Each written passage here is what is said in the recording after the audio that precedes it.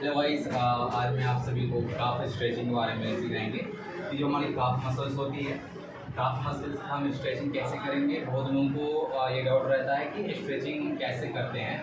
बहुत सारे लोग थेराबैंड लगा कर एक्सरसाइज करवाते हैं, स्ट्रेचिंग करवाते हैं। तो आज मैं इस वीडियो के जरिए जो नॉर्मल अपने हैंड के जरिए हम स्ट्रेचिंग कैसे करेंगे, जिससे पेशेंट की मांसपेशियां जो काफ मसल्स कमज़ोर हो जाती है उनको मजबूत करने के लिए हमें कैसे स्ट्रेचिंग करना है, कौन सी बोन को पकड़ना है और कहाँ से किस तरह से पकड़ना है स्ट्रेचिंग करने के लिए। सबसे पहले हम क्या करते हैं, जिसे हिल बोन कहते हैं, कैल्केनियस बोन होती है, ठीक है।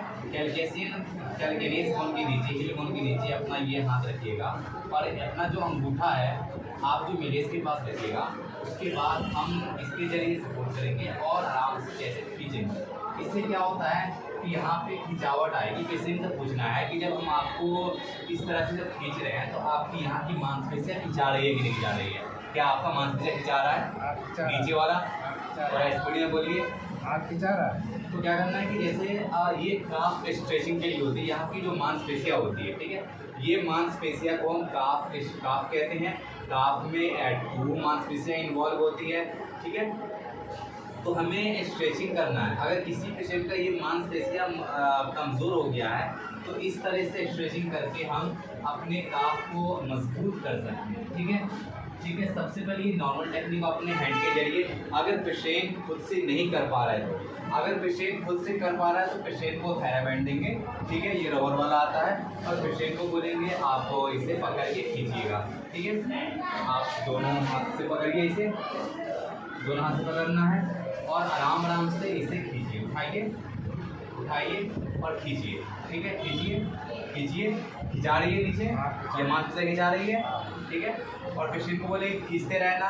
इससे क्या होता है कि हमारी जो इस वाली ये वाली मसल्स, जैसे काफ मसल्स कहते हैं, ये आपका मजबूत होगा। जैसे मजबूत होगा तो अक्सर ये मांसपेशियाँ कमज़ोर होने के कारण पेशेंट को चलने में बहुत सारी दिक्कतें होने लगती है, ठीक है। तो ये एक्सरसाइज हमें पेशेंट से करवाते रहना है, ठीक है।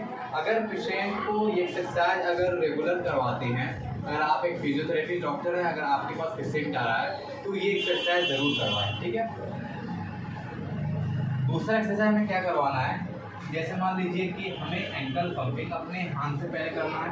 पेशेंट को बोलेंगे अपने पाँव को थोड़ा ढील छोड़ के रखिए, ढील छोड़िए, 1 2 3 4 5। इससे क्या होता है कि यहाँ की जो मसल्स में खिंचावट आएगी और ब्लड का सर्कुलेशन जो रुका हुआ रहता है वो इंक्रीज होता है।